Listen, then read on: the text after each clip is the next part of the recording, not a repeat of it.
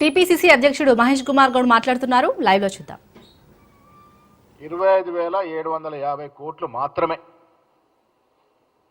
ఘనమైన పాలన చేశామని చెప్పుకునే కేసీఆర్ కేటీఆర్, నేను ఇవాళ ప్రజల ద్వారా మీ ద్వారా మీకు సవాల్ విసురుతా ఉన్నాను. మీరు ఎక్కడికంటే అక్కడికి ఎప్పుడంటే అప్పుడు చర్చకు సిద్ధము. మీరు 5 ఏళ్ళ తెచ్చిన విదేశీ పెట్టుబడులు 25,750 కోట్లయితే మేము కేవలం 2 ఏళ్లలో, పోయిన సంవత్సరం 40,232 కోట్లు ఆల్రెడీ 18 సంవత్సరాలు గ్రౌండ్ అయినాయి. ఈ సంవత్సరం రికార్డు స్థాయిలో 1,78,950 కోట్లు వ్యత్యాసం ఒక్కసారి ప్రజలు గ్రహించుకోవాలి. దానికి కారణం ఈ రాష్ట్రాన్ని పాలిస్తున్న ముఖ్యమంత్రికి కానీ మంత్రివర్గానికి కానీ ఈ రాష్ట్ర ప్రభుత్వం రాష్ట్ర అభివృద్ధిపై ఒక ప్రత్యేక ప్రణాళిక, ఒక దూరదృష్టి, దానివల్లే వచ్చాయని చెప్పక తప్పదు. మిత్రుల సంతోషం ఏంటంటే దావోస్లో తెలంగాణ పెవిలియన్ వద్ద విపరీతమైన రద్దీ. పెట్టుబడి పెట్టడానికి వచ్చినటువంటి సంఖ్యలు, ఆ పెవిలియన్ వద్ద ఉన్న అట్టహాసము, ఆ ఉత్సాహం చూస్తూ ఉంటే రాష్ట్ర ప్రజలకి కాదు, యావత్ ప్రపంచంలో ఉన్నటువంటి మేటి సంస్థలకి, కొత్తగా ఏర్పడిన రాష్ట్ర కాంగ్రెస్ ప్రభుత్వం మీద, తెలంగాణ రాష్ట్రం మీద నమ్మకం, పెట్టుబడులు పెడితే సఫలమవుతామన్నట్టు ఒక ఆశ.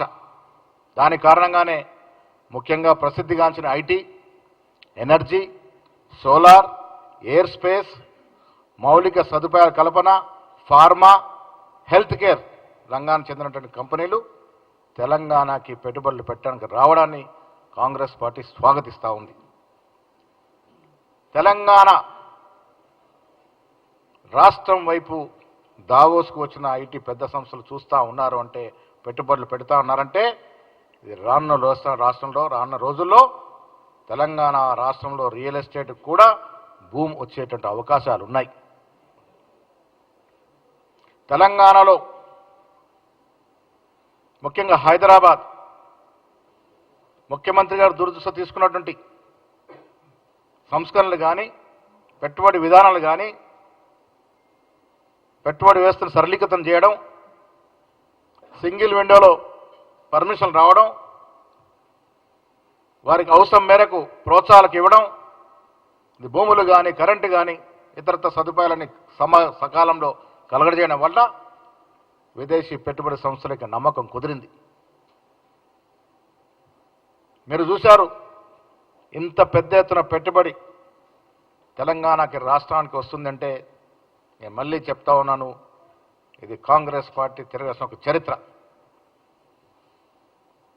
కళ్ళుండి చూడలేని ప్రతిపక్షాలు ఒక్కసారి ఆత్మపరిశీలన చేసుకోవాలి. మీ పాలనలో ఏ రకంగా పాలన జరిగిందో ఒక్కసారి ఆత్మస్థుతి చేసుకోవాలి. ఆనాడు ముఖ్యమంత్రి కేసీఆర్ కూడా కేవలం ప్రజల్ని మభ్యపెట్టడం, ఆచరణ సాధ్యంగానే మాటలు చెప్పడం, వాగ్దానాలు చేయడం, 10 ఏళ్ళు కాలయాపన చేశారు తప్ప ఈ విధంగా రాష్ట్రం మీద ఎప్పుడు కూడా దూరదృష్టితో పనిచేయలేదు. ఒక విజన్ లేకుండా పాలన చేశారు, శుతిలేని సంసారం నడిపారు. దాని కారణంగా ఇబ్బడి ముబ్బడిగా తిరిగి కట్టే పరిస్థితి లేనప్పటికీ కూడా ఒక సరైన వ్యూహం లేకుండా రాష్ట్రానికి అప్పులు తీసుకొచ్చినారు. స్తోమత లేని అప్పులు తీసుకురావడం వల్ల ఇవాళ కాంగ్రెస్ ప్రభుత్వం నెలకి 6,500 కోట్ల వడ్డీ ఇన్స్టాల్మెంట్ కడుతూ ఉంది. కేసీఆర్ యొక్క దూరదృష్టి లోపం వల్ల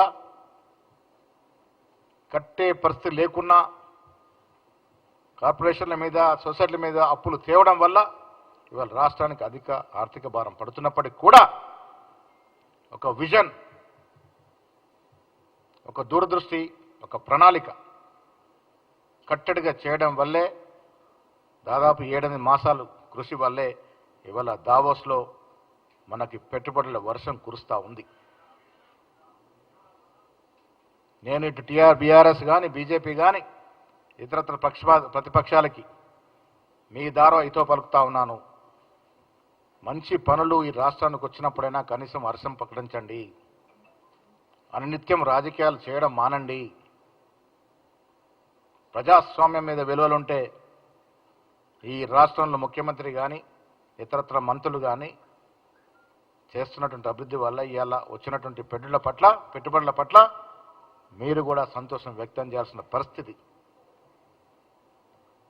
1,78,000 పైచిలుకు కోట్ల పెట్టుబడి వచ్చిందంటే ఆషామాషి కాదు.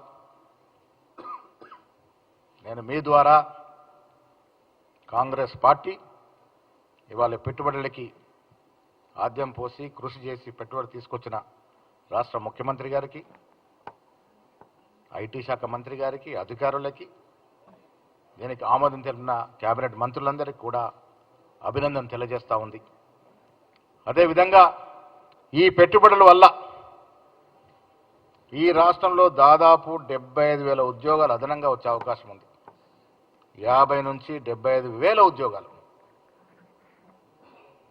ఆనాడు ఉద్యోగాల పేరిట ఇంటికే ఉద్యోగాలు ఇచ్చుకుని తప్ప ప్రజల ఉద్యోగం నుంచి మాట్లాడిన కేసీఆర్ మేము ప్రభుత్వంలోకి వచ్చిన తర్వాత 1 సంవత్సరం కాలంలో దాదాపు 56,000 ప్రభుత్వ ఉద్యోగాలు ఇవ్వడమే కాకుండా ప్రైవేట్ పరంగా 75,000 ఉద్యోగాలు